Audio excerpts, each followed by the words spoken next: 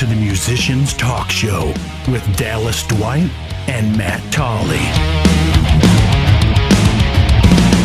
Welcome to another episode of the Musicians Talk Show podcast. I am a little sick. Oh, are you? Yeah. Well, I can't tell from my voice. Everybody's getting it, dude. This is episode 88, and my name is Dallas Dwight. And I'm Matt Tolley. And we are here to chat about music. Yeah. Yeah, you can't tell my voice is a little like, Oh, yeah. That's what I've been feeling it, dude. I'm almost over it. I actually tried to sing in practice the other day, dude. And I was like, oh, Weren't you a man. little sick last week, maybe? I was very sick last week. And this week, I recovered a lot, but last week when we podcasted, right? Yeah. And then I'm still just trying to get all of it back. Like if I go to push my voice, it cracks so quickly, and and the air, you don't have as much air. I had to sing one song at gig night last night. How'd it go? It was pretty rough until I got to the hardest part of the song, and then I felt like I really crushed that part. Oh, okay. Which blew my mind. Yeah, but sometimes it's just the range you're in. Yeah, so the verse was maybe in like a, oh, that kind of range. Right, the chorus was an, oh, and that's where I really struggled. But the bridge was, oh, like way higher, but I just let it rip. Yeah. And I felt like I'm really like, I feel like I'm on right now. And who knows if I was or not, but it felt good. Yeah, exactly. I know what you're talking about. It's like when you you have to push to do certain things. You have to push your vocal. Like you have to kind of get yourself to that out loud register. Have you ever tried to sing really quietly? Like maybe you're around people. It's really hard. And you're listening to the radio. My pitch is just I just can't hit a pitch. Like it's just like, if you're way off if pitch, you don't give yourself air, or if you don't push a lot of air out. So that's the thing. Like if you want to sing certain things, you have to yell them, and you have to bring them up. And when you're sick, all that becomes even more touchy. It becomes even more. One of the things that all the things that have opened up my range over the years, where I really felt like I made a huge stride in 10 minutes. Yep. It was all mental. It wasn't physical. So I was thinking about when I first discovered Glenn Hughes and I heard him hitting all the high stuff. Yep. I was like, how's he doing that? And then I heard someone say it's head voice, and I was like, oh, okay. Well, I've always visualized my voice coming from my chest up out of my mouth. Yep. What if I think about it coming from my head down out of my mouth like a C shape? And I went, and I was like, oh, well, there it is. Found it. And that's what I always tell people too, singing in the car, somewhere where you're not going to be judged and you can sing as loud as you fucking want, because you don't need to be held back by, oh man, I'm being really loud right now, because that's sometimes what it takes to make those sounds. Oh yeah. And sometimes it's not very loud. I think there's lots of different screamers when you look at metal music. They have the really quiet screamers where they're cupping the mic and they're just whispering into it kind of basically. Yeah. And then you have the kind of guys who just have this guttural fucking throaty sound that they can make very loud. Yeah. So there's lots of different versions of it. But when you listen to that kind of music, you really it all kind of sounds like the same technique. Oh, and also inhaling versus exhaling. Have you ever think about that? Yeah, I've always heard inhaling is wildly improper, improper to do. Really? Yeah. I've always thought it would be cool to be able to get really good at inhaling and exhaling screaming and be able to just literally go forever. But they sound so different though. Yeah, they do. You have to make it work. It would have to be a technique. I've ever shown you that I can talk while inhaling. Hello. Yeah. Hello. How's it going? It's such a, you feel like you're going to choke when you do it sometimes. Yeah, it's hard to do it too much. Yeah. But the other thing, some people there's some metal singers that only do inhale. They do not do exhale. I'd be willing to bet it sounds really bad. Well, I mean, I think a lot of it sounds like, what's the word? I've always heard that inhaling is like the cheapo, that's not right. That's not what screaming is. Well, I think you know what I mean? It just you're just making a sound. What's they say though? There's no rules, it's not I'm saying what I've heard from all the people that excel at it. Right. They've always said don't do that. Yeah. And it might be bad for you. It might literally be you've definitely heard where people ruin their voices and have to extreme vocal fatigue from doing different types of depends on what kind of vocal it is, but there's a right way and wrong way to do things so you make your voice last and not have problems all the time. Did I ever show you the demos I did of metal vocals? I don't think so. Dude, I need to find those. That'd be fun. Let's listen to this sometime. I might be able to find them while you're pontificating. Yes, but Avenged Sevenfold, just to think of a couple different bands that have this issue. Avenged Sevenfold, Matt Shadows always has had vocal issues. Just because I think the style of singing he does. He doesn't really scream so much anymore. Not anymore, right. But I know he does kind of a heavier vocal, but it's not. He's not screaming it's got texture in it, and that texture I think is what is hard to maintain. I think when you want that, the best way I can describe it is like a clicking, almost like your vocal while you're screaming or yelling, whatever you're doing, you're singing, right? Mm-hmm. Your voice it has a texture because it's I don't even know what it's like, a clicking in your throat. You can kind of control it, and you don't have to do too much, but just blow a lot of air. And once you do that, you can narrow your throat or open it up more and narrowing it seems to make it click, right? Like when you close the hole up and you tighten it up, and then it has this like, it's like that thing. It's like this sound right here. That's a clicking sound, but that also happens while you're singing. You can make that sound, and that's what, in my opinion, in my experience, that's what gives me that raspy sound. It's adding that on top of singing. And I think if you go the full direction of just that clicking sound, then that's the screaming style. That's where you really get that. And my voice has never been good at doing that. Like I can't do it at all. It's not I have a Backstreet Boys voice. And definitely not consistently. Yeah. Like think about having to do that every night or all like for an hour set. Yeah. I don't know if I could I don't think I could Chris ever Cornell do that. or something. Right. Well, Chris Cornell, he's still singing a lot, right? I'm thinking like screaming. Like more screaming. The screaming guys, like I think the screaming thing is like a sliding scale. It is. Like you can go from like Backstreet Boy all the way to like death metal, and then in between there you have Axl Rose, Chris Cornell, all these different people that they add maybe like a degree of screaming to the singing. You know what I mean? It's just like that's where I've always wished I could be, and I just know I can't never be there. Exactly. I mean, I've talked about Axl's my favorite fucking singer ever. I was actually just talking to somebody on Facebook about it, and I actually got somebody that was just like, "Fuck yeah, he is," and I was like, "Oh, good, That's made amazing. a new friend. Yeah. I made a new friend. I made a new friend. Yeah, I never find those people. Dude. I love that." But he sent me. Oh, I actually sent him to you. He sent me those demos for the Guns N' Roses songs, dude. Those leaked demos or whatever they are. Oh yeah. He sent me those. Oh, you know what? That's how we got onto that. Let's add that to the list to talk about. Oh, let's talk about it. But before we do that, I want to pause this real quick and show you these two. They're like a minute. We'll come They're back less and talk than a about minute it. long. Do you want to play them on the show, or do you want to? I don't know. You can tell me if you think, Okay. think that or not. But all right, we'll be back. I'd like to. It'd be interesting just to. In a blink of a butterfly's wing.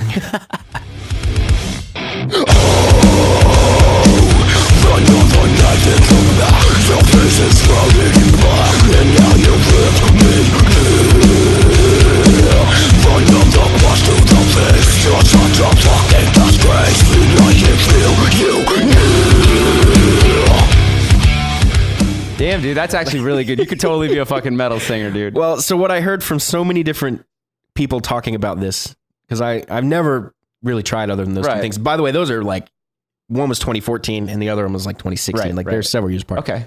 And but everyone described it as the way you make the sound is like when you're frustrated and you go, ugh. Right. That's almost That's that how you clicking thing push. too, right?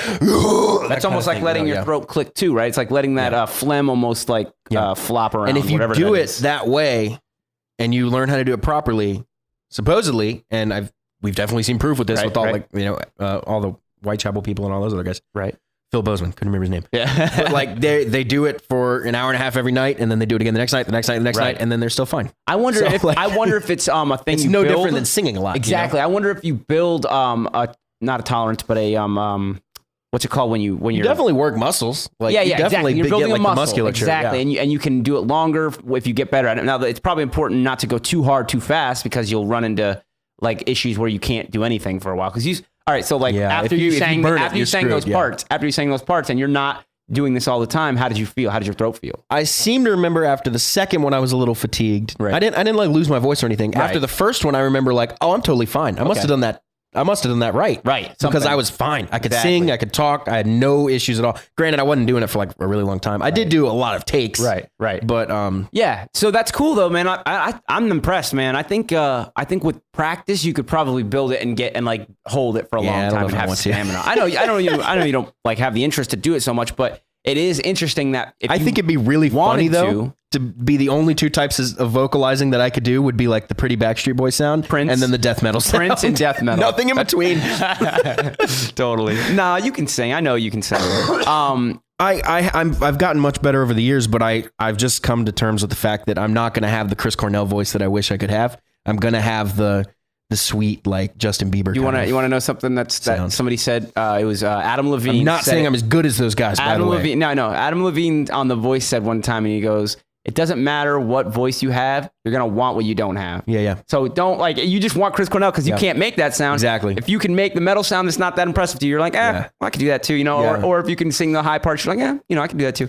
It's not as impressive as something that you cannot physically do. Matt Nathanson. He's a pop singer. Okay. He sings one song that you definitely know. He had one like really big hit, and then he's had a few others. His name sounds familiar. I don't know what I song have to find that hit though. It's like as soon as you see the title, you'll be like, oh yeah, I know that song. And everyone right now is shouting it there. Yeah, probably there. Anyway, he loves like rock and roll and metal and all that stuff. But he's like a pop style singer. But he realized he couldn't do that. Right. So he was like, I'll just write pretty love songs instead. Right. And he got really popular doing that. But same what's really funny, dude, is he can still go like, ah! Nice. So when I saw him open for Train, Train's really good about this. They'll bring out the openers. Like, so I saw him with Matt Nathanson first, The Fray second, and then Train. Nice. It's like a big night of good music. And Fray's they did one song at the very end. I think they did like a Beatles song or a Zeppelin song, something really big like that. And all the singer for The Fray, Isaac Slade, and Matt Nathanson all came out. So all three of them were singing. Yeah. And Matt was hitting like a bunch of head voice stuff. But he doesn't have like the it's like me. Like he's got the nice gentle sound, yes. and then he can do the big head voice scream, but he can't live in that like Axl Rose range. You know what I mean? That's exactly what Adam Levine was talking about. He was like, man, that raspiness that he was like talking about some singer, and he goes, that raspiness you have is so cool. And it was like kind of the thing that guy had. Like he could do that Come really on, well. get higher, listen my lips. That song. Yeah, come on, get higher. That's it. 2007. Yeah. That was his big hit. Yeah. Cool. Hell yeah. I knew as soon as I saw it, I'd recognize it. But anyway, he seems like a really cool guy too. Yeah, so we got on this subject, I guess, because of being sick, and it's hard to sing sometimes, but like everything like is just what you can do at the time, I guess. Like if your voice is fatigued and you can't do certain things, if you're sick, my voice tends to crack a lot when I get sick, which is scary. You know what? Actually, I meant to say this earlier, but I'm glad we circled back. There was one of the times I think I performed my best vocally.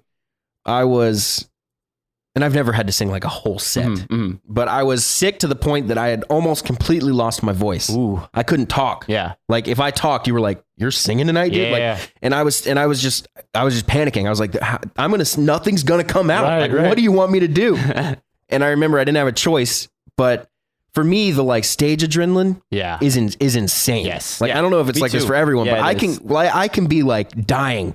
But as soon as I step on stage and I realize people are looking at me like, all right, dude, what do you got? Yeah. Something clicks and it comes out. And I think that night was one of the best times I've ever sang. There you go. And it was really surprising. Too. That stage adrenaline you're talking about is interesting too, because that's almost like it's a motivation to persevere, like such an extreme motivation. And then the adrenaline of being, nervous. I have such like, I don't know how to describe it, like a look at me gene. Mm-hmm. Like if I know people are looking at me, like, and I really want to impress them, like, oh dude, look at this, I just have that in me. You're a performer. It's the lead guitar player, entertainer. Yeah, absolutely. They're if I know people are watching, like I'm always like gonna turn it up a notch. You know what I mean? Think about the people who we look up to, our idols. They're all the same way, dude. They all are like willing to push it for the crowd, or like they're just all the time on. That's what we call it, on. Like being on. Yeah. That's what it is. Everybody's watching you. You're on. All eyes on me kind of thing, Yeah. It's interesting, man. But being sick, man, you can just like persevere if you've had adrenaline. But how many songs you sing? One? I probably sing. So you had to sing one song? 3 to 5, maybe. Okay. I don't know. And I don't remember. No problems? Well, see, I did a bunch of gigs with Logan when we had our duo where we alternated, but we basically sang. We played 3 hours and like I'd sing like an hour and a half to 2. Like it's a lot. Yeah. It's a lot. That's more than I usually sing. And the style that I sing, and I know that that's really hard to do. You know that when we recorded, like for me to stay on that whatever you want to call it, the right space, for my voice, the zone, right? We'll call it the zone. Duh. It's hard. So we did it in several days. We'd come back the next day or whatever. Yeah, we did it over a couple weeks. Yeah, we did it for We better get in that zone again soon, because I know, dude. Concept album's coming, bro. I'm ready too, but this I just played Matt 2 more little teasers of some things I have, and they're good. I'm so ready. I'm feeling a little stuck, man. I haven't felt the inspiration bug like I did when I cranked out those 4 really quick. Mm-hmm. Well, don't push yourself too. I mean, like, but you see the one I showed you that was more done than the other one, right? I think you could tell, maybe like I can tell, that it starts off good. You can tell like, all right, this is sick. He's got ideas flowing. And then towards the end, it's kind of like, he's kind of out of ideas now. Like, you know what I mean? I can't tell. I think that's something in your own brain because everything, the process of getting to what you did, right? Like, the whole step by step. I think in your brain that diminishes the spectacularness of it in some way because the stages of it. I find that a lot. Like when people listen to anything that I've done, and I hear these things, they don't hear them at all, and they're just, whatever. And it's like that, dude. Remember when we did the Dimebag's little thing, and he was talking to the camera in the mirror. Yeah. He's talking about how it's like, man, that little thing that you're obsessing about, you think you messed up or you think wasn't good enough. Man, some people will come up to you, and it's super surprising when they go, "That's my favorite thing." Mm-hmm. If you tell them like, "Oh yeah, but I messed that one note," or what? He goes, "You mean this note? That's my favorite note," or whatever. And it's like, it's crazy. Like it's all subjective, and it's also your own head. Your head does things. That's with one your own thing art. that Goliath taught me when we did the Smokin' tribute. he said, because we were learning stuff, we were kind of discussing learning stuff note for note or just do my own thing or whatever. And he was like, you should probably do note for note because that one part that you improvise is going to be, 6 people's absolute favorite part of the song. And they're going to be super disappointed that you did, and they're going to think you can't do it. Yep. Even if you do something way harder. It's like, it's that's like, another thing Dime said, very similar, that same thing. He said that somebody asked him, does he play note for note live or does he improvise or whatever? And he said, well, I had a little phase where I went definitely is different when it's your own stuff. Exactly. Well, yeah, and that's the thing. But he said that it's word for word, almost what you just said is that when you play something that's improvised live, people just assume you messed up. Like especially if they know the music, you know what I mean? So if you're in a band that's popular now, if your band is just coming on the scene, hasn't gotten, any real, attention yet, the people who are listening to your music aren't going to be able to scrutinize like what's different from the record versus what's different, versus live. Yeah. But so they're more susceptible to just be like, oh, that sounded good. And they're not going to judge you so hard. But once the song, if you say you have a hit song and it's out on the radio everywhere, everybody's going to know it when you play it, when they come to see you live or whatever, or you would assume at least. Yeah. And then when you make an improvisation on the spot, they might just assume you messed up or something. So it's an interesting thing because as a guitarist, as an improviser, as a performer, I don't want to feel like I have to do this, even though I came up with it. Like I'll do it or I won't. It's mine. Like, that's the artist. That's the artist mind, really. You know what I mean? So that's and Prince was like that, almost to a lot of fans, like disappointment. Yeah, he would show up and be like, "Not playing any hits. Here's a new one," and they're like, "Oh, come on, dude, we paid $900 to be here." Like, dude, and not playing Purple Rain. Good night. Yeah. Like I always say this as an example, but Ian Astbury from The Cult. If you've ever seen The Cult live, he does not sing to the record. He does not sing like the record. He picks all new vocal melodies and same words. I need to hear what you're describing because I've never heard it so different. But like Pat from Train does that to a degree that I really enjoy. Yeah, he'll take something and be like, okay, for example, Drops of Jupiter. He goes, atmosphere drops of Jupiter in her head. Yeah, that's really the record. popular part. That's the record. And live, he goes, it's not that part, but a different part. He goes, drops of Jupiter in her head. Right. It goes up another octave. He just changes some stuff, And that's not to the, I think if it's like here and there, that's cool because that's flavor and that's what you pay to see. You're paying to see something like a little different. You could listen to the record at home. So like, dude, I have like, as far as frontmen, who might be the most underrated frontman of all time is Pat from Train. Dude. I've never seen somebody work a crowd the way he works a crowd. Yeah, just an entertainer. Genuinely hilarious. Nice. Clearly doesn't take himself too seriously. Train, man. Dude, like, so many of my friends have seen them and just are like, dude, that they band just came to rules. town and I was gigging. Otherwise I would have gone. But next time they come, you and I should go. Let's do it. Because, dude, he does this one song, at least the past 2 tours I've seen. He has one song that he designates, I guess, to himself, the selfie song. Oh, okay. So the band's playing, he's singing the whole song and he goes from the PNC stage, which is huge. Yep. From one side to the other across the front row, every fan's holding up their phone and he takes it, singing, doesn't miss a note, snaps selfie, next person, keeps going all the way down. What? He does every single person in the that has their phone cool up. As fuck. And like, dude, and that's then cool, like, man, that's something that's like embracing the thing that most of the guys complain about. Most frontmen will complain like, put your phones down. You know what I mean? He knows what's up. And like, not to go back to the Cult, but he will stop the fucking show and say, put your fucking phones down. You're missing the show. Like he'll literally stop the show to tell people to put their phones down. I personally think that, but I also think, who am I to say like how you enjoy That's why I feel. Like, and I feel like don't ruin the show because some people have their phones. What about the people who don't have their phones? You're ruining the show for them now. Stop. Like, why are you doing that? Don't stop the show for That's a great point. But he's to the point though, like back to the singing differently than what's on the record. He is to the point you cannot sing these songs along with him. If you know the whole fucking record, like front to back, good luck even trying to sing it live, like with him if you're enjoying versions. Yeah, I think you mentioned that last week or maybe 2 weeks ago.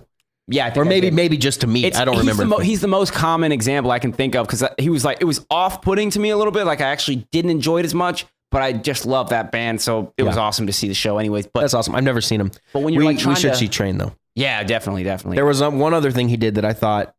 You know how like you can do something that's not that funny, but like because of the environment, it's like 10 times as funny. Yes, definitely. Like if you crack a joke in an action movie, timing is everything. It's like not a funny joke, but like we were so enthralled in the suspense that it broke the suspense, and now we're all laughing. Well, kind of like that. They start. So they came. This was the tour where they came out with "Play That Song." Remember that song?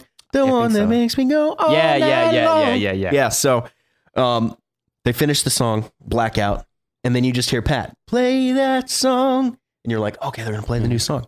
And then he sings that, and then he holds out the mic, and the whole crowd sings it back to him, and he goes, well, we're not going to do that one right now. We're going to do a different song. And then they just bust into another song. Wow. That's funny. Later they came back to it. I was just like, I've never seen a band do that before. Tease you like that. Yeah. Think about how confident you are like in your, you did it way better and smoother than I just did, by the way. Sure. I was just ad-libbed, but, all of this is like just extreme entertainment tricks, like they're really cool and they're confident in what they do and they've done it for so long, that's stuff that I aspire to do, stuff like that, like it's entertainment value, man. You're adding entertainment value to it. Yeah. Anyways, you want to do a weekend review? So let's do it. We know 20 minutes we're all sick. Yeah. I have a pretty quick one. You want me to go first? Mine's pretty quick too. So yeah, go ahead. Oh, we'll get through it quickly. All right. So Halloween was this weekend, Thursday. Friday night. Yeah, it was Thursday. Okay. October 31st. And Friday was the first. I went to a Halloween party for the weekend. And Friday was the Drew's 31st? Band played. Thursday Friday was the 31st. first. I see. Yeah. And it rained everywhere. It's like a lot of people. It was rainy. It was kind of I have so many students that were little. So like they had like almost 2 Halloweens because I guess I don't know. That happens a lot. Like Thursday, when it lands on like a Thursday, Friday night's the trick-or-treating night, but some people still go out on Thursday. It's like one of those things. Halloween's one of those things like, at least when I was growing up, it was the day. No matter what day it was, that was the day. Me too, but it doesn't seem to be that way anymore. Anyways, so I went to a Halloween party. Drew's band, Orange Crush, played the band he plays drums for. He's our bass player, Prep and Barium, and my good friend. So they killed it, and we had a fun time at the party. But last night I went out and saw the scene. There's a bunch of metal bands that I wanted to see out all over the place. Did you just say saw the scene? Saw the scene. Saw what the scene has to offer. If the scene's not a bar, you need to leave. No, the scene. The scene in my mind is the bands that are representing the local music scene. Right. That's what I mean. So, but anyways, like Annabelle Lee, one of my longtime friends, and basically like. I met those guys. I met the drummer at a music store and just went to their practice afterwards and was blown away and have just been in touch with them ever since. And they're awesome dudes. But they played at Skylark Social Club. So I went to their show. But then at Milestone, which is super close to where I live, there was Blackwater Drowning and Reason to Find, the all-girl like punk pop type music. But and Blackwater Drowning's metal as well. And man, I was just blown away. Those bands, I've been watching them for so long now. That now, like when I see them, I see the transformation. I see the evolution that they've made. And like the LA Maybe when I saw you guys play at Amos's, I told you, I said, man, like you've always been good, but like fucking you guys are there. Like it's really coming together. And that's what I'm seeing with all these bands. And to me, that's why I use the word the scene. I think it's huge for music as a whole and for the local, as far as people coming out and stuff like that. It's great to see because we talked about this before. The Something in the Water, phrase, even though it's not really something in the water, what it actually is it's musicians supporting each other and building a positive music scene that people want to come out and see and enjoy and have a good time. And dude, I'm telling you, like all those bands, like I know like a lot of those guys and they know everybody in that scene and they're all super supporting and I love seeing that. That to me is what I want to be a part of. So that was huge for me, I think. And I don't know, that was basically my weekend and I'm extremely hungover today. So, but it was a lot of fun. Dude, my nose is so like, ugh. Yep. Stuffy. Last week, man, I don't know if you got it from me, but it's going around everywhere, man. I don't think you did because if you didn't get like really bogged down, I had a whole day where I was out for the count. Did you have that? Yeah, no, not at all. Dude, it's not bad, really. I've had like, it's just like, I'm kind of a little sick. I'm like if 100% is like, you're not getting out of bed, I feel like I'm like maybe 10 to 20%. Yeah, I was at probably like 80%, like barely out of bed. I got some shit done on my iPad, but it was. I should have done it the other way. If 100% is perfectly healthy, not sick, there you go. I feel like I'm like 75 to 80%. There you go. Yeah, and I was probably at 20% on last. I don't know that math converts properly. Thursday, between Thursday. The two of those. Yeah, not on Halloween, but the Thursday before that, I was literally out for the count, and I'm now you had to take off work and all that. Yes, and now I'm just now getting back, so feels great. But anyways, awesome weekend. It was a lot of fun. Weather held out. It was good.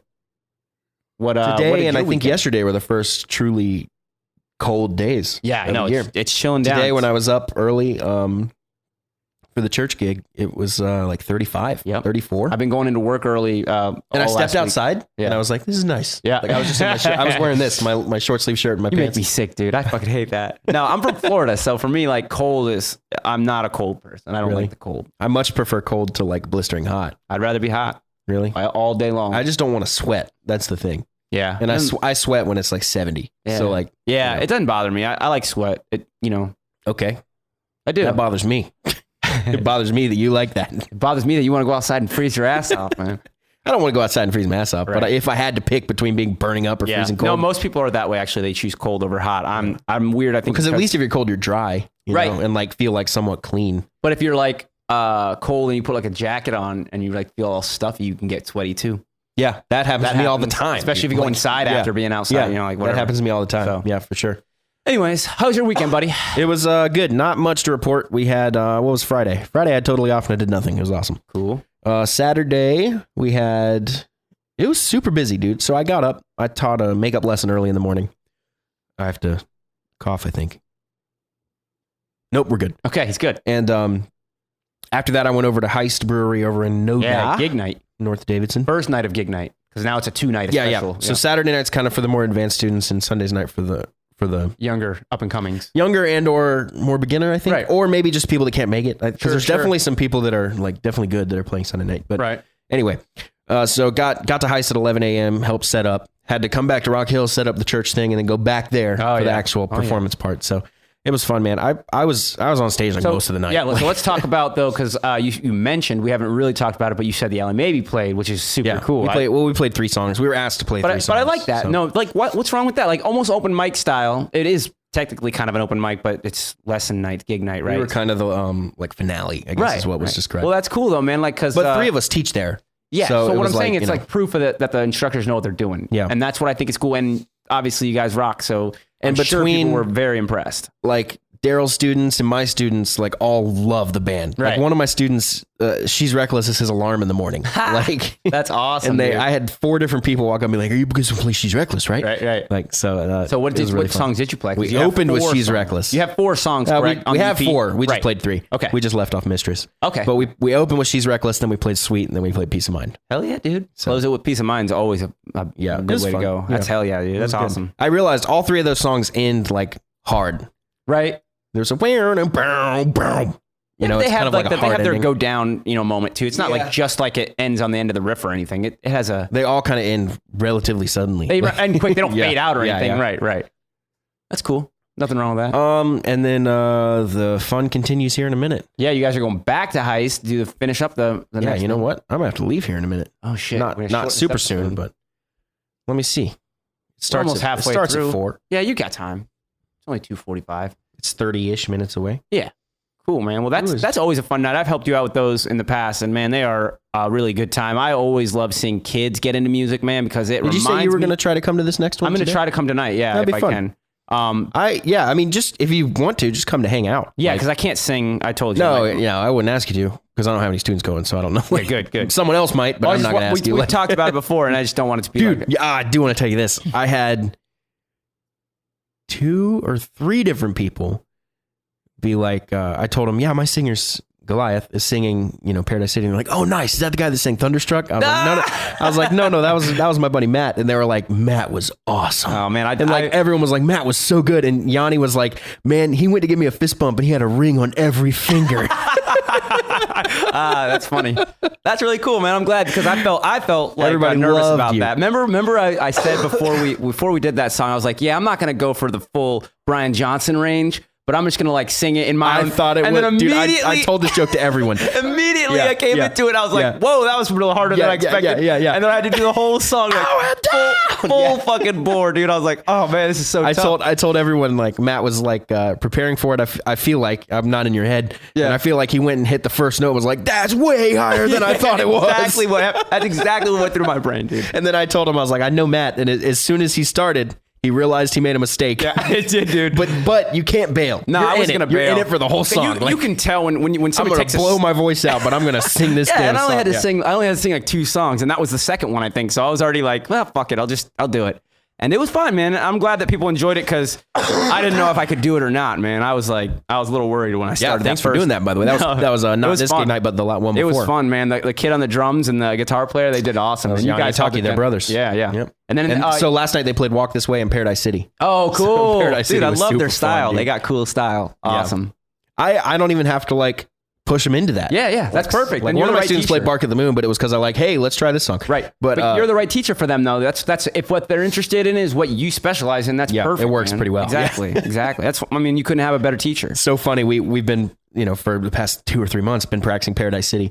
So we get to the end of the song, do da do da do da do da, that whole crazy thing, and the big down, boom, boom, boom. We do the big ending and everything, and we're just practicing, and then it stops, and I always hear his dad from downstairs go, yeah, loves it. Cool. His dad's cool too. I talked to him after that. They are like the picture perfect family. Like they're all like so friendly and so nice. They have a whiteboard in their house, right? Like in our lesson area. Yep. And it always says like family football at 4. Like, cool. So they're active. Yeah. That's good, man. It's just like, they seem like a good family. Seem like good guys. Yeah. The kids do. Very cool. Very cool.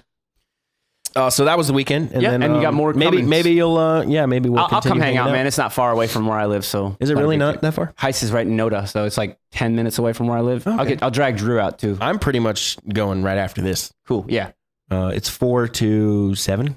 Okay, so there's a little time. I might be a little later. I'm just gonna go home and catch up real quick, make sure I got everything, and then I'll come out. That'll be fun. Yeah, it'll be fun. Heist is awesome too. I liked it when you guys did when it was at Flight. Man, that place closed down. Closed. Yeah, it's closed down. But I mean, that place was awesome. I guess they just couldn't. Something else is going to open. That's basically. It's already almost open, or it is. It's going to be the exact same thing, right? It's probably going to be. I don't know. They did redo it because I saw the construction when I was walking by one day.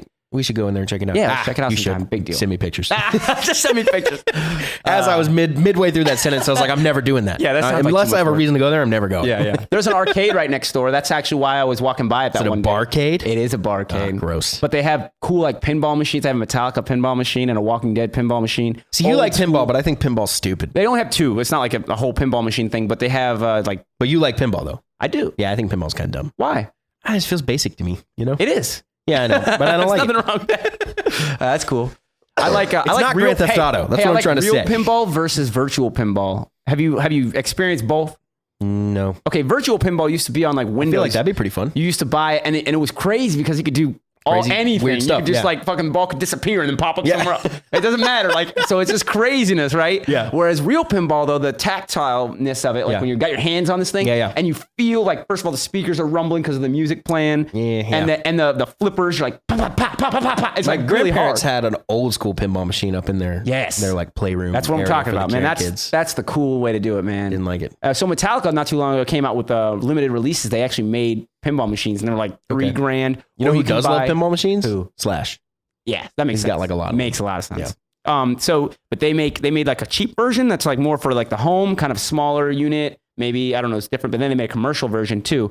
They were like, what is a commercial version? Oh, for like a bar or something. For a bar, that's going to be used a lot. That is just a testament to how good, and I never know who it is. They or their business team is. Exactly. Like, hey, we're going to make a pinball machine and it's for the fans, but also, we're going to make one for not the fans. And it was a company that is so smart. I want to say it was Wizard, but I'm not sure. Wizard Pinball, it sounds, I think sounds right to me. But anyways, it was a big pinball company, right? And they made a cheaper version for the consumer, and they made it was double the price for the, it might actually be like 10,000, so it was a little more than double, but for the bars and stuff like that, but they were super limited. Dude, I almost bought one. I was like, man, this got to be like worth money later on. Yeah. At the time I had money. I was like actually, bringing in some good money.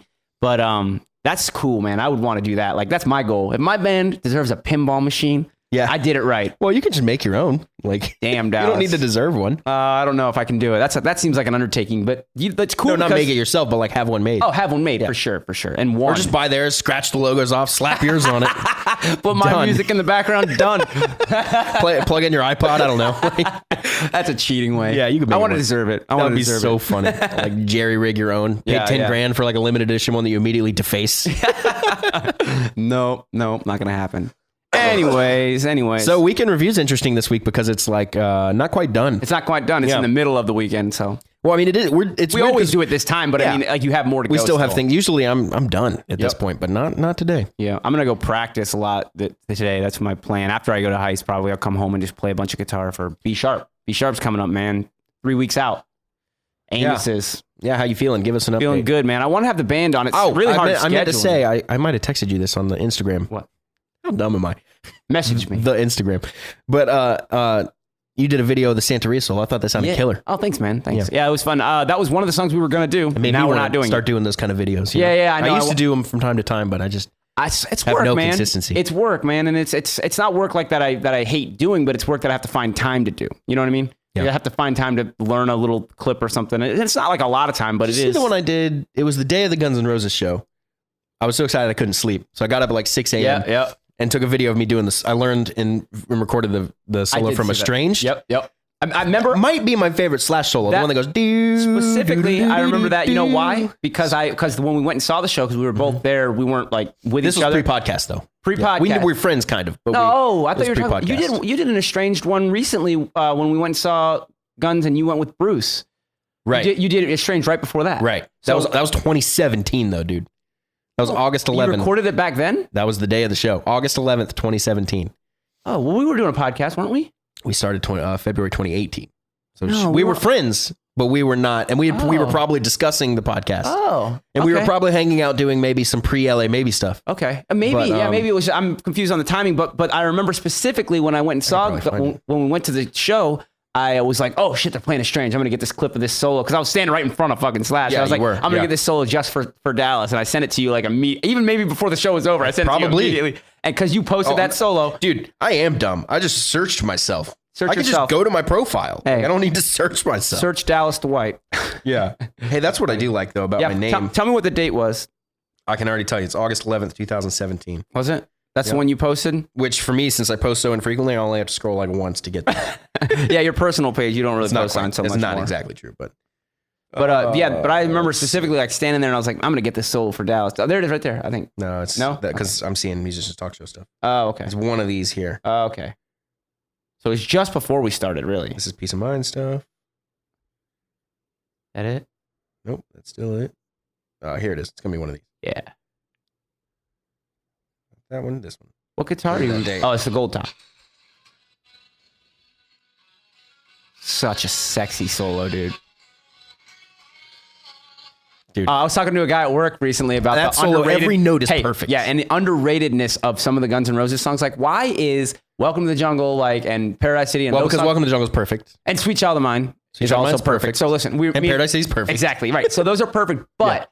Aren't like songs like Yesterday's and Estranged? I love Yesterday's so much. Who doesn't? Why is that not the most popular? You know what blows my mind? It's like less than 3 minutes long. I know. It's we play it in our band, and we end on the C, and we don't have a piano player, so we don't do that piano outro. So for us, it goes by in a flash, dude. It's like verse, chorus, solo, done. What a deep song, though, man. And that's what I ended up talking to this guy about. What I ended up talking to my coworker about was that I think the reason those songs, Axl? Yeah, he loves Guns and loves cool. No, not the guy who loves Axl, was the guy from Carolina Headbangers. Can I interject with one really funny thing though? Sure. I've talked to a few people that that they're somehow we get on the topic of music. Doesn't take long with me, right? And they're like, and I say, yeah, man, my favorite band's Guns N' Roses. Right. I just love Axl. I love Slash, something like that. Yeah. And they're like, man, I just hate Axl's voice. And right at that point, I realized, okay, well, I'm done with this person. Yeah. All right, see you later, bro.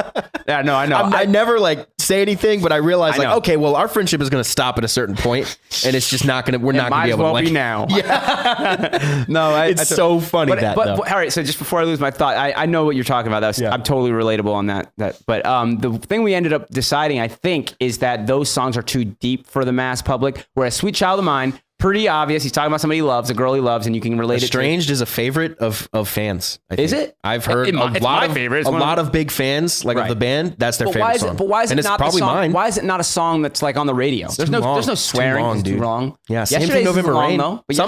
Sometimes you'll hear November Rain on the radio. Do you know? Hey, do you want to know something interesting about November Rain and Sweet Child of Mine? So I think you heard this or we talked about it. I'm not sure, but the Sweet Child of Mine was the first song in the 80s to reach 1 billion views on YouTube. First song of the 80s, I should say. Okay. Yeah, that was recently. That was like last week. That was just recently. Yeah. And November Rain was the first song in the 90s to reach 1 billion views on YouTube. And that video, that actually reached it before Sweet Child of Mine. And the only reason I can think that's the case is because YouTube came around. Obviously, when it came around, both those songs were already out.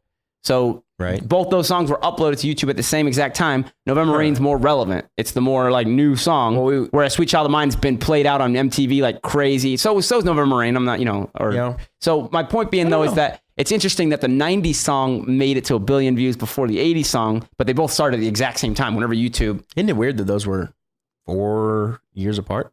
Yeah, exactly. That's my point. 91. Right, 87, 91. So I just think it's interesting, though, that the recordings. We all know that November Rain was written. Both Guns N' Roses songs were the ones that reached 1 billion views before any other 80s or 90s. Yeah, before like Michael Jackson or something. That's crazy, dude. Like, are you kidding me? And I think a lot of that has to do with the resurgence of their big tour and all definitely, that. Definitely has something to do with that. That's why there's a huge energy towards Guns N' Roses right now. So, yep. But anyways, it's really good as a fan to Yes. see like, hey, everybody's into this again. I like, love it. I love it. And you know, it's sometimes I was the only one. I was the only one into it for so long. I hate ignorant fans though. When I start talking to it's the somebody, worst. that's It's just the like, worst. like I've been to shows I before told they you were the back story together. about the Halloween one, didn't I? Where the lady in the front was just sitting with her arms crossed the whole time. Yes. They yes. played Sweet Child of Mine. She stood up, got crazy, and then left. They played Sweet Child of Mine like song 8 of like 32. So Like, dumb. So dumb. She That's missed like 2/3 of the show. close-minded. And I know what she paid because she was sitting right in front of me. Right. Like it was like $100 a ticket easy, and they were not great One seats. song. She was probably standing with her arms crossed for all She the was other sitting. ones. Everyone was Sitting. standing. She was sitting. Crazy, dude. Like crazy. And I just kept hearing her say like in between songs, "Where's Slash is in here?" Exactly. I'm like, That's what I was just gonna say. Slash could be there and you wouldn't know. Yeah, Like, exactly. That's what I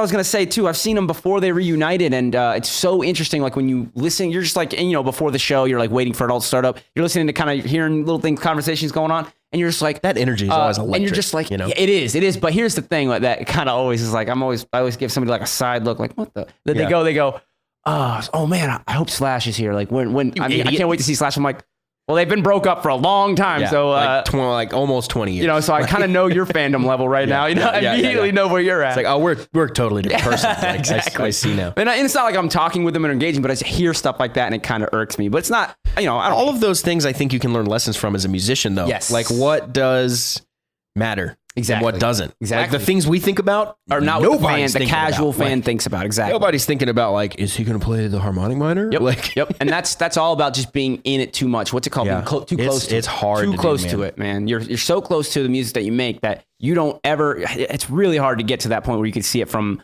literally like the person's first time hearing it again, you know, like you have to remember it. That's the best thing I can say is you have to remember how you felt when you first wrote it and you go, wow, I'm really happy with this, right? Like, and whatever, you know, however you feel about it, you have to remember that because it doesn't change just because it gets older. The song is not worse because it gets older. Yeah. Which I think some people say that. Like they go, oh, that song's played out. Yeah. I'm like, okay, it might be played out. You might be The song tired of has hearing not it, changed. but the song has You've not changed. changed. You've changed. Exactly, man. Isn't that interesting?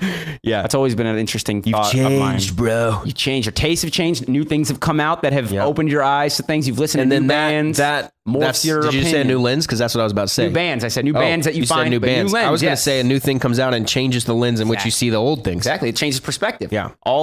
Everything you know has changed. So Like you all thought Jimi Hendrix was the best, but now you hear Paul Gilbert and you're like, wait a second. Exactly. Like, Exactly. If all you wait, ever this heard, guy was the best? Exactly. If your parents only listen to Jimi Hendrix and you're just like, well, yeah, I know who the best guitar player is, Jimi Hendrix. My parents love him. I've listened to him a ton. He's great. Well, have you plays ever heard upside Eddie Van, down, Have you ever heard Eddie Van Halen? Who's Eddie Van Halen? Yeah. Oh, well, you got some learning to do. you're You got some learning to do. Yeah, exactly. And you can't even say, that's why I think anybody who says the best guitarist It's a is, stupid or the best argument, band, it's like, well, have you heard every band? Have you heard every guitar player? Because like, you're just talking about your opinion here. It's really fun to debate on like a trolley level, I guess. Yes, sometimes. But because you could definitely like I'm definitely the guy that shows up and is like, dude, Jimi Hendrix blows. Like, and just let the fire like spread, you know? Exactly.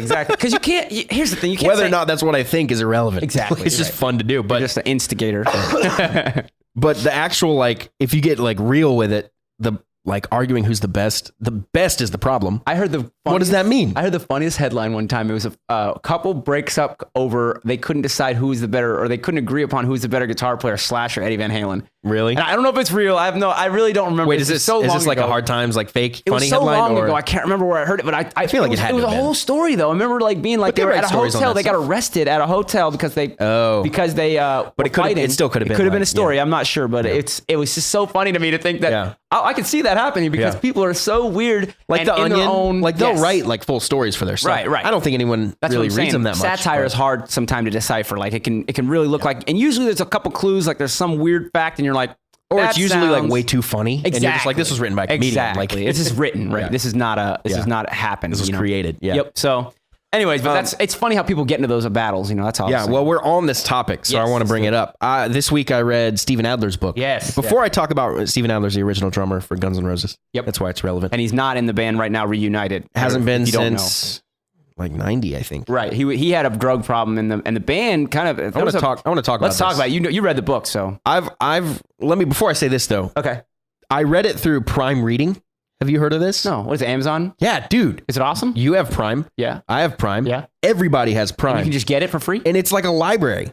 You can Like, get it for free. There's like a ton of books, and you just say it's not like, free I 'cause want you're this paying one. a monthly. Well, it's part of Prime. Right. But what I wanted to say to everyone out there listening to this is if you have Amazon Prime, there's probably like 10 things that you would use that you don't know you have access to that you can use. Yeah. Like and one of them is called Prime Reading. Yeah. And I just discovered this. Basically, you go, it doesn't have every book ever, but it had his book, and that's how I discovered it. Sweet. It said, I was like, I'm gonna buy his book, but it was like, $13 for the Kindle version. I was like, I don't know. And then below it said read with Prime Reading or read for free with Prime Reading. And I was like, okay, what's that? I was like, guys, that's something I have to like add on. Is that sign up? I hit it and it said send to your Kindle, which is on my phone and my iPad. No way. So I was like, well, okay, why does that work? And I opened it up, book comes up. I just started reading. What? Like what? Awesome. So then I did some reading on Prime Reading. Nice. And realized it's just basically like a library of books. And is it certain new? books. How new is it, you think? I think it might be relatively new. Seems maybe like this I've year. never even heard of it. I hadn't either, dude. I'm, obviously know about audiobooks and but check it out because, and like I said, it doesn't have every book ever. Right. In fact, whatever you're thinking you want to find, it probably not doesn't gonna be, have. right. But It's new stuff, what you can do is you can go on there and search and be like, oh, I'd read this. stuff. You know, it's probably going to be like all the new books coming out. They're not going to like go Maybe. backlog I don't know. everything because It's how much bought work by a would lot it of be? backlog stuff, Right. There'll be a lot of that. I don't has know a lot why of they it? do it. I don't know why they do it. Okay. Here, I can pull it up if you want and show you some stuff. Yeah, that's interesting because I like audiobooks. But I figured everyone has Yeah. or has access to. Somebody it's who has not Prime. Kindle Unlimited, by the way. That's a different thing. different thing. That is something you have to add on to, I think, like Audible. But Prime Reading works on your Kindle, so that's good. Unlimited reading. You can do comics. You can do all sorts of cool magazines, stuff. Any yeah. device. Audible too. Audible narration. So could you do that with his book? See, I don't know because I don't really do Audible. Well, no, it said Audible narration, so it narrates the book for you. But that would just be the Audible version of it, right? Maybe not. Maybe it's a computer reading the book. That would be unbearable. That would be hard to hear, yeah. But I've always said this, and everybody who listens to the podcast knows I love audiobooks read by the author. Oh, for sure. Because I think that they put into the enthusiasm, like Ari Herstand's book's a great example of it. And I would say, what was the one you were most telling me? books are read by the author. Yes. Well, Yeah. I've definitely read some that weren't, or listened to some that weren't. But who were you just telling me about that? He not only did he read his own book, but he pontificated further. Gary Vee. Yes. And who's Gary Vee? Gary Vaynerchuk. He's a popular entrepreneur. He's all about like hustle, get after it, that kind of motivational stuff. Yeah. He wrote a book called Crush It, which is a hilarious title. And in the book, he's like reading the book, and I listened to part of it. And I heard, and he'd be like, read. All right, let me stop for a second. Right. Let me talk about this point here because this is so important. And like he'll just talk for like 15 minutes. It's like When you told me that, I was like, and then blown he'll be away. like, all right, back to the book. Okay, so then and that brings you to another thing. Like so, like it basically like tripled the length of the book. Yeah, but and your content, you get more, and you get more. You can be more. Sorry, what's the context? You get more of the context of what he wrote. Like he wrote this, right? But then if there's some stuff that's unexplained and he felt like he had to dive into like further, then it's putting into context better for you. Here it is. Nice. You can find it under. It's probably easier to find on a computer. I went to my account, and then at the bottom you can, or kind of towards the middle, your Prime membership, and it shows you all the different things you can do. And one of them is read, and you have Prime Reading. Nice. And it says Prime members read free. As a Prime member, you can now read. I guess it is new. You can now read as much as you like from over 1,000 top Kindle books, magazines, short works books. It's got like comics, all kinds of stuff. Nice. And it looks like they have a picture of an iPhone, a Kindle, and so like they have Tools of Titans Kindle. by Tim Ferriss, which is you must be able to get it on your awesome iPad book. too, right? Or your iPhone. Oh yeah, you can just download the Kindle app anywhere, dude. Cool. You don't have to have a Kindle. Yeah, I don't know about Kindle. Yeah. Well, just download the app and then use Kindle Excellent. app. Like Okay, I didn't know that. I thought you had to have a Kindle. But the only reason I discovered it is because I was looking for this Adler book was recommended to me because I finished. Did I talk about the Steve Gorman, The Black Crows book that I read? I don't think you talked about it on the show. But did I tell you I read it? Maybe you told me you read it. Maybe. I've been trying to read more lately. Okay, yeah. I grew up just loving reading. Yeah. I would stay up till 2 a.m. Hurts my eyes a little bit, man. Like, I bet a Kindle will be better for that. Like, because they're flat, right? They're matte finish. They don't have a shiny, glossy finish. The Kindle is now the Kindle is basically an iPad. Like is it? With the Kindle Fires They and have all that. glossy tops on them. The old school Kindle is very matte. Yeah, which I like is really the cool. matte. I think I could read that. I might have one that you can borrow if you want. Well, I think it's packed. If I have a book that I need to read, I'll maybe do that. But maybe that. I just read it on my phone or on my tablet. How long is the Adler book? And let's get into what it's about and what you like about it. 230 pages. Not bad. Not like bad. That. No, none of those rock bios are that bad. Right. They don't. But they're not writers. I'm in the unique position, probably not that unique, but relatively unique, where I've read Slash's book, Duff's book. I've read every Guns N' Roses bio. I've read, all this stuff. And now I've read Adler's book. Yeah. All of those other books kind of painted it in one light. Right. Adler paints a very different picture, which brings me to the point of like, how trustworthy is it? Right. Like, and I don't know. It's hard to explain. But here's one thing I do want to say. I was he describes things relatively differently than other books did. One thing, he paints Slash in a pretty ugly light. Like Slash, and they were friends him in the over beginning. like, and they were friends in the of very times, beginning. They apparently. actually joined guns together. They were jamming They together. grew up together. Yeah, right. So they were friends way before. That's Like they were. Adler's the reason Slash got into guitar. Right. So like way before any of that. Adler had the guitar, right? As in he had the guitar, and Slash as the was like story goes. Yeah, something like that. They hung out with Flea too. They all went to the same high school. No way, I did not know that. That's cool. Yeah, I guess that would have been Beverly Hills High, maybe. So there's a common saying, old saying, everybody's gonna know. There's two sides to every story. Yeah. That is 100% true in every, and if it's a 5-piece band, there's 5 sides to every story. So which one's true though? That I don't know. Everybody has their spin, but definitely one thing actually happened. Sure. You can't spin the truth really. But and how it happened in that person's eyes. Like me and you could have this podcast and we'll walk away and we tell our friends about this podcast. You tell Goliath about it and I go tell Kyle about how the podcast went. Then we're going to have 2 different stories, and it's not that 2 different things happened. But it's what we decide to paint, we decide to highlight, what we see as the parts that are most important are going to be different from each other's eyes. Yeah, and that's a good point. And it's not like anybody's wrong. It's just how you paint it. It's like a picture you're painting. You can paint it with fucking all red colors, like all tones of red or all tones of blue. You can make the same picture, but it looks different, obviously. So it's just interesting how it's like everything you have to take with a grain of salt and understand that it's coming from that person. I think you should read his book. I will. I think you should, because we all know the widely accepted story that he was kicked out for being a drug addict. Yes. Which makes you wonder, how bad of a drug addict were you if you got kicked out of Guns N' Roses, notorious for doing drugs? Right. They all were drug addicts. Like, yeah. So, except, you know what's funny? Axl gets the most shit, and people think he's the worst. He did the least amount of drugs, and everyone in that band said it. Steven says it in his book, Slash said it in his, Duff said it in his. He said he never really did, like, there's a misnomer in my mind as far as like that Axl's not the druggie. Like, not at all. He wrote, or actually, he would do weed, cigarettes, and he wrote songs about drugs. Like, he wrote songs about drugs because he was definitely exposed to it. Like Mr. Brownstone, he's in that world. And also, Steven in his book described Mr. Brownstone as like a precautionary tale to the guys in the band. Exactly. It was, and he said that I saw some live footage, and I'm sure he's done it several times. But like on YouTube, if you look up like right before they play Brownstone, sometimes he warns the band like before he goes. And this song is about what's going to happen if this band doesn't get off the drugs and stop doing like whatever. And he like calls, and he's on stage with them. Well, there's one famous event where that happens. Oh, is it one? Okay, I don't know if he did famous it a lot. event where he says calls them out on drugs. If certain members of this band don't stop dancing with Mr. Brownstone, this is going to be the last Guns N' Roses show ever. Something like that. And he made Slash apologize to the fans. That's and crazy. like Slash describes in his book, it's really cringy. Isn't that crazy? But the drug usage in Adler's book is, I've never seen anything like it, and I've read a lot of rock biographies. What, is he just being totally honest about how much drugs he did, or what? Adler's not shy. He says, like, I fucked up, I did a lot of drugs. Yeah. But some of the other details that get lost, I think, in that are pretty weird. Well, think about how hazy your life is if you're addicted to drugs. That's what kind of makes me question, like, how details are not going to be accurate. Okay, so check this out. This is the only little bit of research I could do to my knowledge. But Slash was on drugs, and he wrote a book. Everybody wrote. Axl hasn't wrote a book, right? I hope he does. I don't know that he will. I think he might put it out when he's like 80. Sure, like when the story's all done. I will read that so hard. Oh, me too. Me too. That'll be the best selling one of all of them. Yeah, and then here's another example, just to real quick. The people who hung around the band and wrote books, the photographer, Mick the Wall manager, has written two, I think. The man, like they've all written books, so that's interesting too, because then you get a different outside perspective. Once you read them all, you can make your own decision on what you think really happened. That's based kind on of where I'm at. Exactly. I've read pretty much all of the books on Guns N' Roses. I don't know that there's one that I haven't read. Right. Well, I have two on my coffee table that is more of like a picture book that I haven't really read, but it's like it's fat. You've seen them; they're sitting on our coffee table. The one thing, and I don't know if this is in the book, maybe you can shed some light on this, but the one thing that I've always thought that Steven Adler got a real bad shake on is when they went down to the rights of ownership in the band. I guess he tells the story on that. Out. They tricked him into signing over his rights, and then he had a lawyer catch it. Oh, that's not the percentage. He talked about both those things. There's two different things. Okay. Tell me. The percentages were worked out in the beginning. Okay. They were split 2020, 2020, 2020, right? 5 of them, right? Split, yep. They have a meeting. Axl decides, I'm responsible for the part that everyone's going to know and connect with the most. Right. I feel like I should get more. I'm sure he didn't say it that politely. Sure.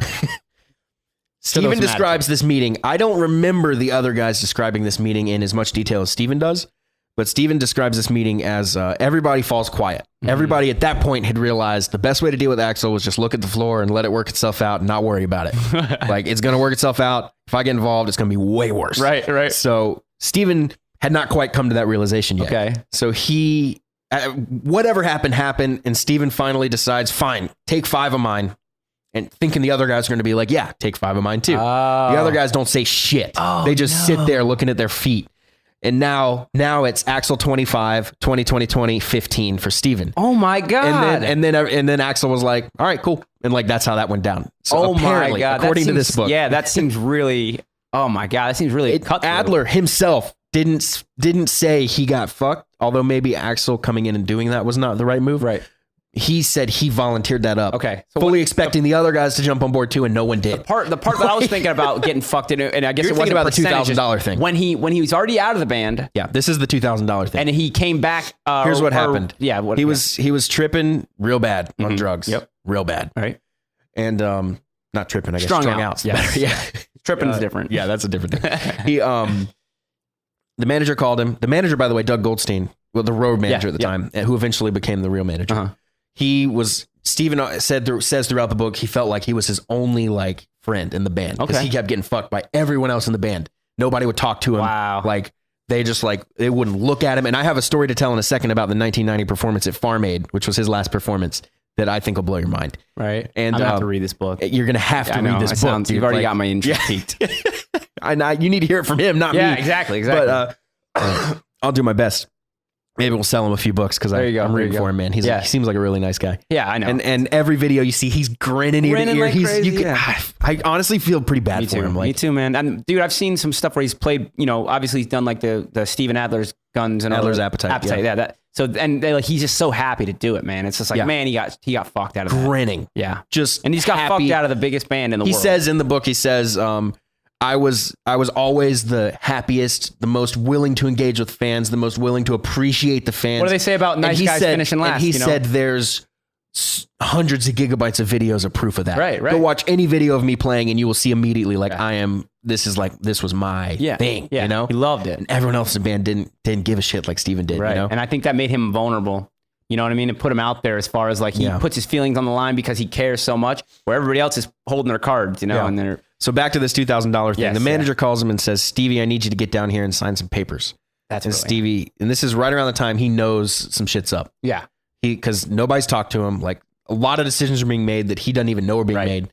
And he's told at the very last, stuff like that. And this is where he's, I think, in some sort of withdrawals.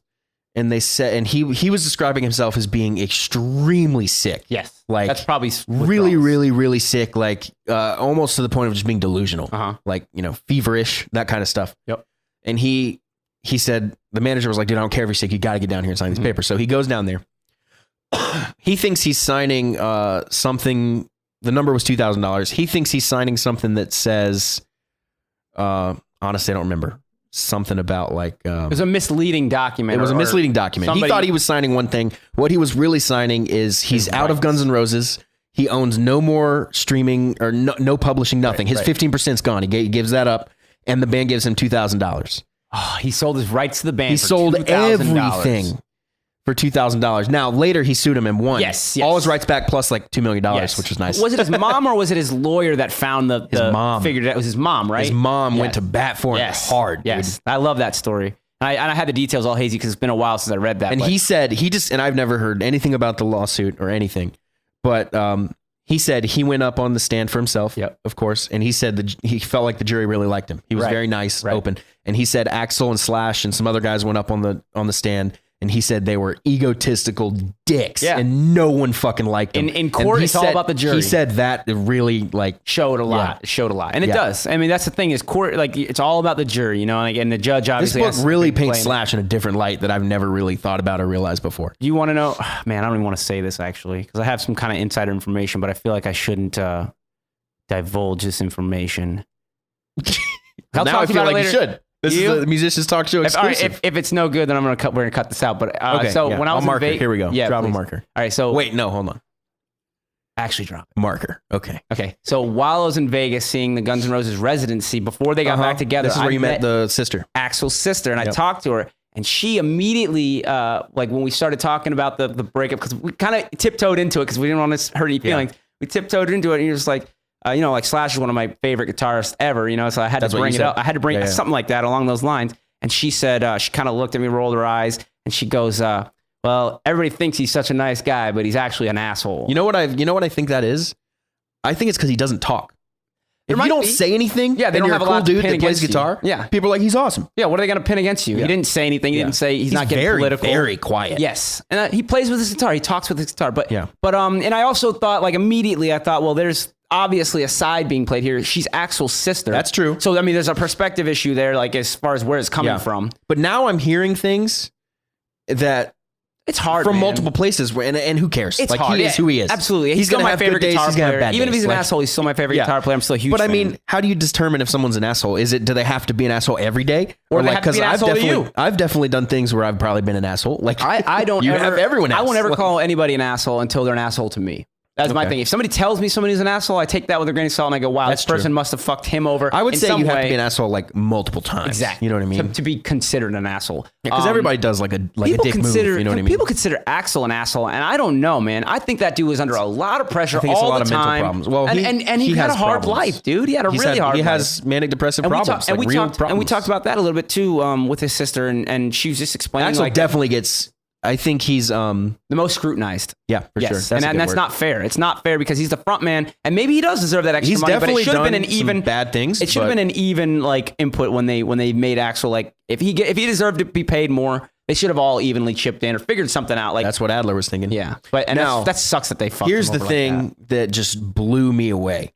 If you're familiar with the story, you probably know. I believe the 1990 performance they did at Farm Aid. Yep. Was Adler's last performance. He trips getting onto the stage. It's very obvious. He steps onto the drum riser and just falls hard. I remember that. And everybody was thinking, oh, he's so fucked up. Right. So many drugs, right? Right. Oh, God, he can't even get on the drum riser. He described it as like he just tripped. Like he wasn't particularly any more fucked up than any other day. Isn't that the anyone power else on stage? Isn't that the power of reputation and your This is not where I'm going though with this. He gets on stage. He's doing like a little warm up. He's grinning. I've watched the video at this point. I was watching it waiting on my car the other day because I was reading the book and he describes it. And I was like, I have to see this video. Yeah, perfect. Right. It's nice that YouTube can corroborate the story too. Like there's enough Axl comes on stage and says, "This is a new song. It's called Civil War." Yeah. And Steven had like heard a little bit of it and like kind of played it with him like once. Oh, okay. Didn't know it was on the set list. Nobody told him he was going to have to play that song. Set him up to fuck up. They set him up to fuck up like several times in this gig. Damn. And you can see for the briefest moment, you can see him. He's doing his thing, and then he says Civil War, and his face drops, and he looks at Axl, and you can tell he's about to the camera cuts, but you can tell he's about to say, "What the fuck? Right? Why, we're not doing what are we playing? I don't know this song." Like, right. Oh man, that's so hard to hear. But they play it, and I watched it, and I actually thought he played fine. Right. He played fine. Right. It sounded cool. He's Guns N' Roses drummer. I liked his playing better than the recorded Matt Sorum version. Yeah, like a lot of his, he does a lot of cool. I have to pay attention to that, man. That's really intriguing me right now. Now they did another song called "Down on the Farm," right? Which was later on Spaghetti Incident, right? Cover, yep. Stevie never heard the song. Didn't know it was on the set. Didn't know what song he was playing. He looked over at Duff and was like, "What do you want me to do?" Right. And he said Duff just looked at him, clapped the tempo, and then looked away. Was not interested in helping Stevie at all. And so Stevie decided, and I've watched this video too. He decides, okay, that's the tempo. He just goes kick, kick, kick, kick, like with the hi-hats. Right. Doing something basic and trying to make it work. And he was like, I don't know what this song sounds like. Slash comes in with the yeah. And they just kind of get through it.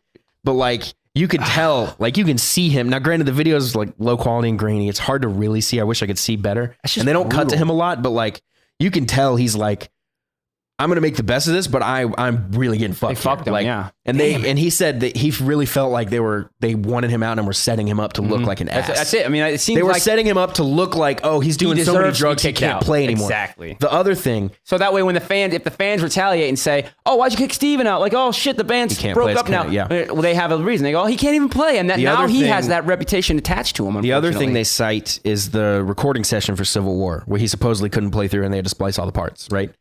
He describes that as not being like strung out on heroin and drugs, but that's when he was doing the withdrawal sickness and the doctor gave him pills that like didn't work. They did the opposite. They like shut his body down. No. And Slash was like, we're recording. And he was like, dude, like I know people of this band we've moved whole shows around for. Like, you can't move this session like to next week. And they're like, no, we're doing it right now. Like, and he had to go down there and just absolutely just bomb because he just couldn't do it. Coming from somewhere. Where did it come from? Is it because like maybe the rest of the band got cleaned up before he did, and he was still like maybe still in the middle of trying to get clean, and they were just like, we can't wait, you know? And that it could be that, but it seems like there's so much resentment there, like to set him up like that on stage. Yeah, man, that sucks. Another thing he said. He describes as Axl being the worst to him and the best to him. Because he describes Axl doing these things, you're just like, holy shit, like I wouldn't do that to another person. Right. But then he said at one point he had like a big accident. I don't remember exactly what it was. There's so many of them in this book. Right. He wakes up in the hospital bed. He's hazy. He sees a figure standing next to him, and he's there in like, I don't know, somewhere, not home. I don't think. Right. Out on the Sweden road. or wherever. Right. And he kind of comes to and he realizes it's Axl. Axl's sitting at his bedside. Wow. And the doctor said he hadn't left his bedside the entire time he was there. And Axl was the only person there. No other band member, no other crew. No one was there for Stevie. But Axl was sitting right there waiting for him. What does that tell you? I mean, there's definitely love involved. Like they were all best friends and good friends at a time. And I'm sure like the way that a band like that like just goes through its career and has all the problems that they had and all the things that they had, it's got to be hard, man.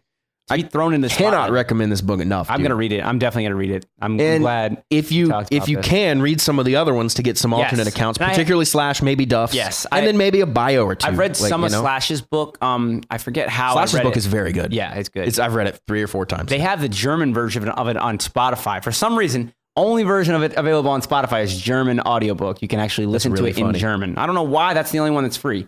But everything else you have to buy it, you know, or whatever. But I read it through somebody's hard copy. I probably need to read Adler's book again. I'll let it. I can't read 2 books of the same book back to back that fast. Right. So I'll let it sit. Yeah. Give yourself some time. A few months or something. But I will absolutely read it again. Yeah. I also cannot recommend enough Steve Gorman's new book called The Life and Death of the Black Crowes. Yes. My Life in the Black Crowes, something like that. Anyway, he's the drummer for the Black Crowes. Yeah. And as I'm reading his book, I realize, you know what? I've always known the Black Crowes are one of my favorite bands. Yeah. And couldn't really figure out why. And I realized he's a big reason why I love that band. The drums, never anything fancy. He describes that self-described. I don't play anything fancy. I can't. I assume now he's pretty good. Song. But he said the first for the recording of that first album, Shake Your Moneymaker in 1990 is when it came out. That's with Hard to Handle, She Talks to Angels, all that stuff. All the hits. Twice as Hard. Yeah.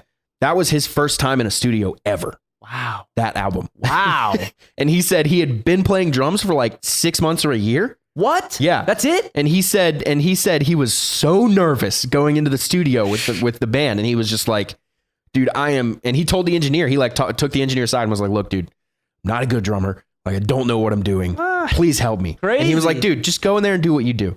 We'll see how it works. If it's bad, I'll let you know and we'll figure it out. And he said they got through the first song and the engineer came over and was like, you got a great feel, man. Good. You got that's a great feel. And that's Adler too, I think. I think that's very relative to Steve has this way, and it's one of the few times I've been able to really pinpoint it. He plays behind the beat. Yes. And I've never really understood what that means until I was listening to that to him. And I'm like, I see what they mean now. Yes.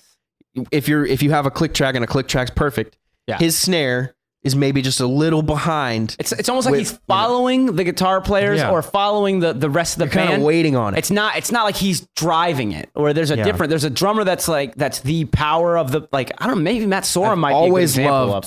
Is Matt Sorum a good example of playing? I feel like Matt Sorum's a good example of being right perfect. on. Yeah. That's what I'm saying. So I can't think of anyone that would maybe be pushing ahead very much. I mean, that would maybe like a Chad Smith or something. Or how about Phil Collins?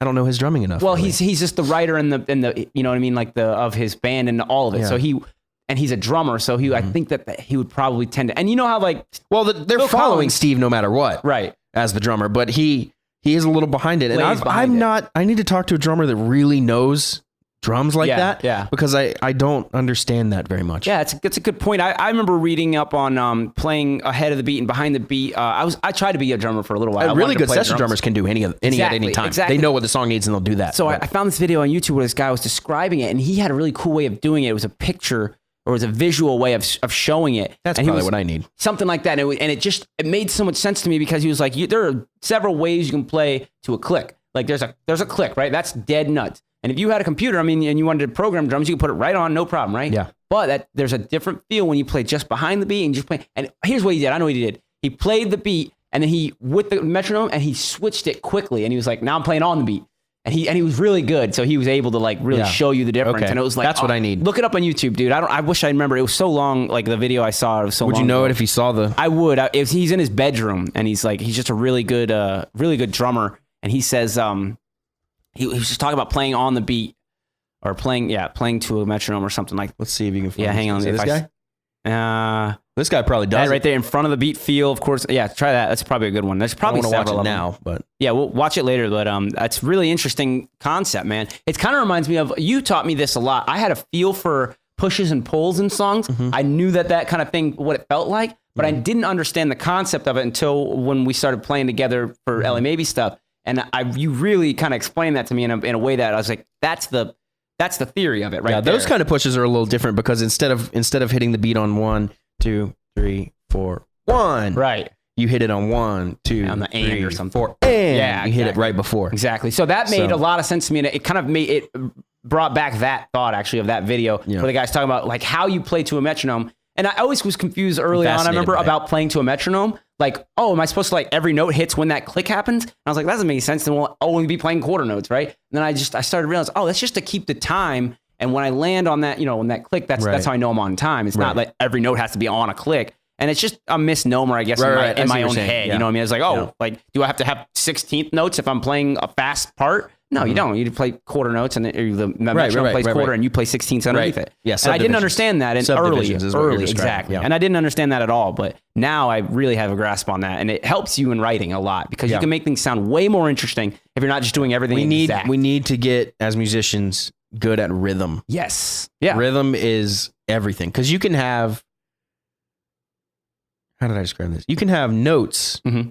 Any note you ever have is going to have rhythm to it. Right. Right. Well, you can have rhythm with no notes. Exactly. But you can't have notes without rhythm. Exactly. You can't. There's going to be some sort of rhythm to it. Yeah. The rhythm is the timing of everything. It's the and that's what people are going to dance to. That's what people are going to feel. That's what people are going to respond to and like. Look at hip hop. Yeah. People don't even care about anything. They're just like, does it feel good? Can I dance to it? Exactly. Like, and it seems they all seem very similar. And there's nothing wrong with that. Yeah. It's just human. Exactly. But they all seem very similar, which to me is interesting because it's like, wow, people don't really care if the beat is like very similar. Or how about the fact that some people use the same beats and write a different song over Here's what I think. And as artists, we want to be unique. I get that. And people do respect unique to a point. But the general population, the mainstream people, which is mostly everyone. Yeah. They don't care about similar or different. They care about good. Exactly. And how it makes you feel. Like is it good? The most do thing, I like it? It's and I hate to use the word because it's overused a lot, vibe. Vibe is the feeling that you get. Like if you feel happy, if you feel sad, if you feel pumped, right? Whatever, pumped. I was listening to Kickstart My Heart because one of my students played that, and I had to play that song, and I was just like, dude, almost no song makes me want to run through a brick wall more than this song. And it's crazy to think that song's about him dying. That song's about him overdosing, and they had to bring him back to life with adrenaline. That's what the song's about. Good. Yeah, and it's awesome. Great song. Anyways, you want to wrap this up? And you know what I think? You know what I think makes me feel that way is Tommy Lee. Yes, Tommy Lee definitely is one. You could probably mute everything else, and if I just heard Tommy Lee, I'd be like, "Fuck yeah, exactly. dude!" Like, he's a powerhouse, man. He plays with a lot of feel. Yeah, So, anyways, want to wrap this up, buddy? I know you got to. Let's do it. We got to get to Heist. Maybe see you down there. Yep, we'll see you down there. And I'm gonna go home first, but yeah, I'm gonna bring Drew. I think I get a free beer. Ooh, so I'll give that to you. Hey, thanks, bud. Cool. I've heard they have good beer. Goliath last night got a coffee beer. Oh yeah, which was real gross. Was it a coffee stout? Okay, I just wondered if you'd said it and then maybe, but a coffee stout. What were you asking? They're like thick. And then Rasan got some sort of cider thing. Oh yeah, nice. But see, the problem is like the beer part for me. Like, well, Heist and Goliath is really funny because he had a coffee, beer, something or whatever. And I don't like beer and I don't like coffee. So but I tried to sip, just to see like, what the fuck is this like? And I was just like, yeah, that's just as bad as I thought it would be. Like, that's real bitter. Hilarious. Not a fan of beer. Anyway, with that point, we will leave you guys and see you next week for episode 89, dude. Hell yeah, man. I'm excited. Maybe we get a friend on next week or something. Yeah, let's do it. I want to have the guys from B Sharp on too. And we're going to, episode 100, we're going to have some guests. Like we're going to make episode 100 is coming up in, I guess 12 weeks. Yeah, but we're going to have like some 3 months of a lot of our like mainstay guests that we've had on that are like our friends, and we're going to have a good conversation. We're still kind of figuring out the details, but I can't wait. But next week, let's have maybe the B Sharp guys or Drew or Kyle or someone. Yep. Let's do it. All right. We'll see you guys next time. Thanks for listening, and see you next week on the Musicians Talk Show.